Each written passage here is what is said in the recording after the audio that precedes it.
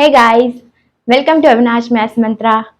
एक बार फिर से आप सभी लोगों को आज हमारे साथ कंप्यूटर सब्जेक्ट से रिलेटेड एक नई इंफॉर्मेशन जानने को मिलेगी।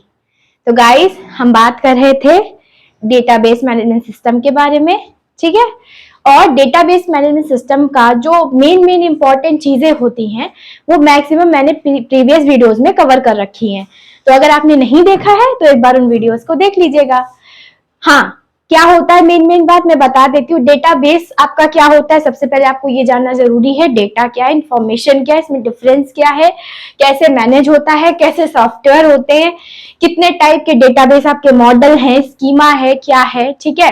कीज क्या होती हैं, इसमें कीज कैसे आपको रोल प्ले करती हैं, relationship, entity, attribute, everything you should know about. Okay, so next topic is normalization.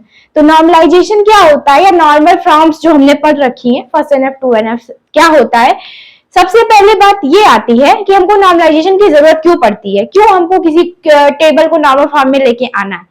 तो उसकी जरूरत हमको इसलिए पड़ती है गाइस कि हमारी टेबल में जितनी भी एनोमलीज है, मतलब जितनी हमारी क्या बोले गलतियां हैं, त्रुटियां हैं, या कुछ भी बाय मिस्टेक हो गया है, तो उसको सुधारने के लिए, हमारे डेटा को अप टू डेट रखने के लिए हमें नॉर्मलाइजेशन करना पड़ता है। तो नॉर्मलाइजेशन के हमारे नॉर्मल फॉर्म्स होते हैं, ठीक है। यहाँ पे जो मैंने एनएफ लिख रखा है, इसका फुल फॉर्म नॉर्मल फॉर्म होता है। तो अब हमारे जो डेटा या टेबल्स, मतलब नॉर्मलाइजेशन में हमारा 5NF तक के जो नॉर्मल फॉर्म्स अगर हम लेके चलते हैं तो वहां तक हमारी सारी एनोमलीज एलिमिनेट हो जाती हैं, ठीक। अच्छा, अब आइए समझते हैं एक एक करके कि ये हमारे जो नॉर्मल फॉर्म्स है ये कैसे, किसमें क्या चीज होनी चाहिए, ठीक है। सबसे पहले हमारा फर्स्ट एनएफ, मैंने आपको डेटा की प्रॉपर्टी में समझाया था कि एटॉमिसिटी क्या होती है। एटॉमिसिटी मतलब होता है सिंगल वैल्यूज।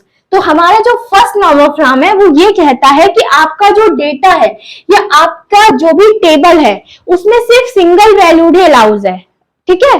केवल single valued attributes are allowed, इसीलिए इसको बोला गया है only atomic data should be there, ठीक है। अब देखिए कैसे एटॉमिसिटी मेंटेन करेंगे। सपोज आपका कोई स्टूडेंट है मोहन, टेबल में स्टूडेंट नेम हो गया मोहन। अब मोहन के पास 2 मोबाइल नंबर है, ठीक है, या मोहन के पास 2 ईमेल एड्रेस है। तो आप क्या करोगे, आप एंट्री करोगे मोहन की, फिर बगल में आपने एक ईमेल दिया, बगल में नीचे दूसरी दे दी, तो ये मल्टी वैल्यू हो गई। लेकिन इसका तरीका क्या है, सही तरीका क्या है कि आप इसकी एंट्री 2 बार करें। मोहन के सामने पहली मेल आईडी, दूसरे रो में मोहन के सामने दूसरी मेल आईडी, या अगर 2 फोन नंबर है तो इसी तरह से, ठीक। ये एंट्री ऐसे एलिमिनेट होगी, ऐसे ये फर्स्ट नॉर्मल फॉर्म कंप्लीट करेगा अपना। आई होप आप समझ गए होंगे। सेकेंड नॉर्मल फॉर्म में हम क्या करते हैं गाइस, सेकेंड नॉर्मल फॉर्म के लिए आपका जो टेबल है वो पहले से फर्स्ट नॉर्मल फॉर्म में होनी चाहिए। कभी भी नेक्स्ट नॉर्मल फॉर्म में जाने से पहले उसका जो प्रीवियस नॉर्मल फॉर्म है उसमें वो डेटा ऑलरेडी होना चाहिए, उसमें वो टेबल ऑलरेडी होना चाहिए, ये बात याद रखिए। फर्स्ट एनएफ से पहले कुछ नहीं था। फर्स्ट एनएफ में सिर्फ एक बात कही गई कि हमारा जो डेटा है वो सिंगल वैल्यूड होना चाहिए या एटॉमिसिटी मेंटेन करना चाहिए। सेकेंड नॉर्मल फॉर्म कहता है कि हमारा डेटा, जो हमारा टेबल है वो पहले से फर्स्ट नॉर्मल फॉर्म में होना चाहिए। और दूसरी बात ये कह रहा है कि no partial dependency. Partial dependency कैसी होती है, देखिए समझिए। यहाँ पे 3 एंटिटी मैंने ली है, ए, बी और सी। आई होप आपको दिख रहा होगा, ए, बी और सी, ठीक है। अब मान लीजिए ए और बी का एक ग्रुप है, ठीक, बहुत अच्छी बात है। ए चाहता है कि हम सी को इस ग्रुप में जोड़ लें, अपने ग्रुप में जोड़ लें, ठीक। लेकिन बी नहीं चाहता कि हम सी को अपने ग्रुप में जोड़ें।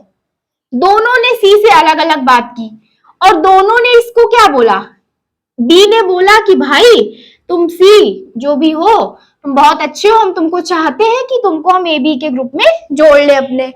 लेकिन जो ए है वो ऐसा नहीं चाहता। अब अगले दिन क्या हुआ, ए इससे मिला सी से और इसने बोला कि भाई तुम बहुत अच्छे हो और हम तुमको चाहते हैं कि हम तुमको अपने ए बी के ग्रुप में ले लें, लेकिन बी ऐसा नहीं चाहता। अब देखिए पार्शियलिटी हो रही है। एक्चुअल में क्या है, ए चाहता है कि वो सी को ले ले, वो बोल रहा है बी को, और बी ने ए से पहले ही सी को बोल दिया कि तुमको ए नहीं लेना चाहता। समझ में आया गाइस? तो ये है पार्शियलिटी। पार्शियलिटी खेल रहा है बी, भाई ये तो चाह रहा है लेकिन वो नहीं लेना चाह रहा, तो ये है पार्शियल डिपेंडेंसी। इस तरह की जो डिपेंडेंसी आएगी वो आपकी पार्शियल में आएगी। तो सेकेंड एनएफ में पार्शियल डिपेंडेंसी आपकी इस तरह की नहीं होनी चाहिए। अब थर्ड नॉर्मल फॉर्म समझते हैं। थर्ड नॉर्मल फॉर्म के लिए मैंने आपको बताया है कि जो भी डेटा है वो आपका प्रीवियस नॉर्मल फॉर्म कंप्लीट करके आना चाहिए। तो अब थर्ड नॉर्मल फॉर्म का जो है वो सबसे पहले तो वो सेकेंड एनएफ में होना चाहिए, ठीक। फिर तीसरी बात कह रहा है कि नो ट्रांजिटिव डिपेंडेंसी। अब समझते हैं ट्रांजिटिव डिपेंडेंसी क्या होती है। फिर से हमारे पास तीन जने हैं, ए, बी और सी, ठीक। अब इस समय क्या है, महंगाई बहुत है, तो मान लीजिए ये लोग कहीं काम करते हैं किसी ऑर्गेनाइजेशन में। तो सी का क्या है, सी की जो बैंक बैलेंस है वो इस समय 0 हो गई किसी कारण से, सी के पास कोई पैसा नहीं है। बी है हमारे, इनके पास सिर्फ इतना पैसा है कि अपना जो घरेलू खर्च है वो जैसे तैसे चला पाए। और ए हमारा करोड़पति आदमी है, ठीक है, इसके पास बहुत सारा पैसा है। अब देखिए बी जो है वो सी से मिलते हैं, वो कहते हैं भाई तुम्हारी हालत अभी बहुत खराब चल रही है और मैं ना करोड़पति आदमी हूं, मैं तुमको पैसे दे देता हूं, मैं तुमको दे दूंगा, मैं तुम्हारी हेल्प करूंगा। अब सी को नहीं पता है कि बी करोड़पति आदमी नहीं है, बी की हालत क्या है कि जैसे तैसे इनके घर का खर्चा मैनेज हो रहा है, ठीक है। फिर उसके बाद सी को नहीं पता है, अब सी इनकी बातों में आ गए। अब इनकी क्या दशा है, इनको ए मिले, ए ने इनसे बोला कि भाई मैं बहुत मैं तो करोड़पति आदमी हूं ही, तुम्हारी हालत अभी जैसे तैसे वाली चल रही है, तो मैं एक काम करता हूं, मैं तुम्हारी हेल्प कर देता हूं। अब ना सी की बात ए को पता है, ना ए की बात सी को पता है, बीच में कौन है, बी। वो ए के भरोसे, ए की इस बात के भरोसे कि मैं तुम्हारी मदद कर देता हूं, ये सी को अपने आप को करोड़पति होने का दावा कर रहा है। हो गई ट्रांजिटिविटी, समझ में आया? तो ऐसे होता है, यही ट्रांजिटिव डिपेंडेंसी है, किसी और के भरोसे, इनके भरोसे ये इसको वादा कर रहा है, ना इसको असलियत पता ना इसको असलियत पता। तो थर्ड एनएफ में क्या होना चाहिए, ट्रांजिटिव डिपेंडेंसी नहीं होना चाहिए, ठीक है गाइस। अब नेक्स्ट है आपका बीसीएनएफ। इसका फुल फॉर्म होता है बॉयज कोड नॉर्मल फॉर्म, लिख देती हूं यहां पे।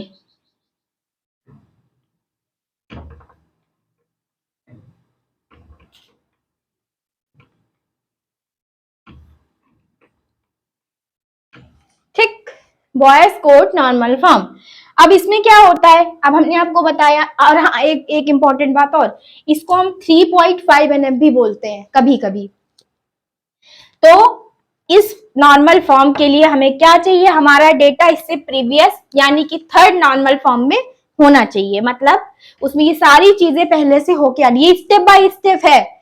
जब अगर वो फोर्थ तक पहुंचा है तो जाहिर सी बात है उसने first second third BCNF complete करके फोर्थ में गया है, इसीलिए ये लाइन बहुत इंपॉर्टेंट होती है। आप लोगों को लगेगा कि मैं हर बारी क्यों बोल रही हूँ। बीसीएनएफ में क्या होना चाहिए कि वो पहले से थर्ड नॉर्मल फॉर्म में होना चाहिए, और इसके क्या होता है, इसमें जैसे जो फंक्शनैलिटी हम डिनोट करते हैं, जैसे मान लीजिए x is a function dependent on y या y is dependent on x, ठीक। तो इसमें क्या होना चाहिए, LHS, मतलब हमारे लेफ्ट हैंड साइड वाले फंक्शन में या पार्ट में या टेबल में एक कैंडिडेट की या सुपर की जरूर होनी चाहिए। आप लोग जानते हैं कैंडिडेट की क्या होती है, सुपर की किस का सबसेट होती है, ठीक है। तो इस पार्ट में, एलएचएस वाले पार्ट में एक कैंडिडेट की या एक सुपर की जरूर होनी चाहिए। इसका डिटेल्ड इंफॉर्मेशन आपको प्रीवियस वीडियो मिलेगी, सुपर की, फिर कैंडिडेट की, उससे प्राइमरी की, और जितने भी की अलग अलग बनते हैं वो अलग अलग इसमें आता है। तो ये प्रीवियस वीडियो में है की वाले में, उसमें देखिएगा। फोर नॉर्मल फॉर्म में क्या होता है, फोर नॉर्मल फॉर्म के लिए वो पहले बीसीएनएफ कंप्लीट करके आना चाहिए, और फिर नेक्स्ट जो बात ये बता रहा है कि इसमें कोई भी मल्टी वैल्यूड डिपेंडेंसी नहीं होनी चाहिए। देखिए फर्स्ट में यही बात कही गई थी, मल्टी वैल्यूड, लेकिन वो क्या है ना, यहाँ तक आते आते हो सकता है कि ये किसी मल्टी वैल्यू वाली एमिनीज को कैरी कर ले। तो फोर्थ नॉर्मल फॉर्म फिर वही रिपीट करता है कि BCNF तक कंप्लीट करके आना चाहिए, BCNF में होना चाहिए उस टेबल के उस डेटा को, और ये आपका मल्टी वैल्यू डिपेंडेंसी नहीं कैरी करना चाहिए। अब इसके बाद आता है हमारा fifth normal form. Fifth normal form के लिए भी सेम चीज है कि वो आपका फोर्थ NF तक कंप्लीट होना चाहिए। और उसके बाद जो ये लॉसलेस ज्वाइन वाली चीज है, ज्वाइन अभी हम आगे एक वीडियो में कवर करेंगे, तो उसमें आप देखिएगा इसमें क्या होता है। इसमें मतलब ज्यादा आपसे नहीं पूछा जाता है, इसमें बस ये है कि लॉसलेस ज्वाइन डिपेंडेंसी आपकी नहीं होनी चाहिए। ठीक है, तो गाइस ये था हमारा नॉर्मलाइजेशन। आई होप आपको क्लियर हुआ होगा, मैंने एग्जांपल के थ्रू आपको समझाने की कोशिश भी की है। तो आप हमें बताइएगा कि आपको इसमें अगर कुछ नहीं समझ में आया है, और इसको आगे भी मैं डेटाबेस को समराइज करूंगी अगले वीडियो में, तो इसको आप ध्यान से देखिएगा। कुछ गलती हो गई हो तो बताइएगा, कोई सजेशन हो तो कमेंट में जरूर दीजिएगा, और कोई भी टॉपिक अगर आपको नहीं समझ आ रहा है तो उसके लिए भी आप कमेंट सेक्शन में कमेंट कर सकते हैं। Okay, thank you guys. If you like, then like, share and subscribe our channel. Thank you so much.